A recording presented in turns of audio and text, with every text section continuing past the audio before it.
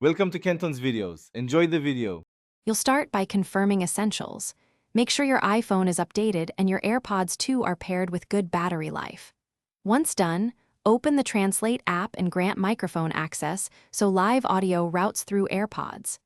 Then, select the source and target languages. This sets the engine to listen through your headphones. Make sure Bluetooth is stable before proceeding, because interruptions will drop the live stream. Now move to initiating the live translation session on device. You'll tap Conversation or Live Translate and choose AirPods as the microphone source so incoming sound uses the buds. Once active, speak clearly into one AirPod or position the speaker near you. The app transcribes and translates in near real time. Make sure to adjust language pairs if the spoken language shifts mid-conversation. Changing languages restarts the translation buffer. Also monitor latency. If translations lag, reduce background noise and move closer to the speaker to improve accuracy.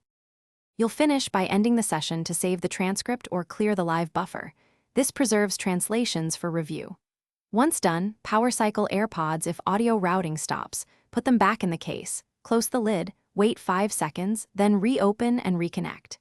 If translations are slow or inaccurate, make sure noise cancellation isn't blocking ambient speech, restart the Translate app, and toggle Bluetooth to refresh the connection.